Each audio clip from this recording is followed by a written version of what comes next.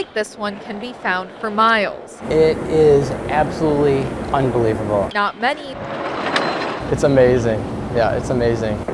will have a half pipe nestled inside.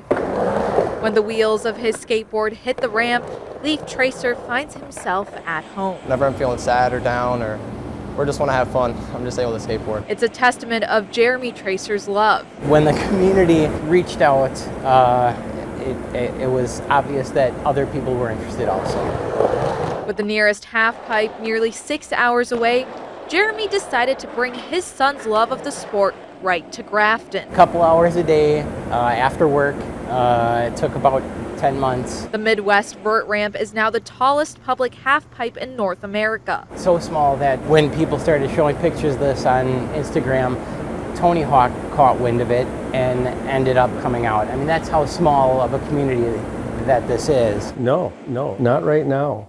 I really don't. It's also at risk of shutting down. There has been work done in there without pulling any proper permits. There's work that probably does not conform with the building codes. We don't know that it's safe for the public. For the Tracers, Making it restrictive would be terrible. this ramp was a way to share their love of the sport with others. The town of Grafton says that's still possible, just not at this barn. For me to just try and do something for my kid that then becomes something so heartfelt by the community is tremendous, and I can't be grateful enough. Reporting in Grafton, Weis, CBS 58 News.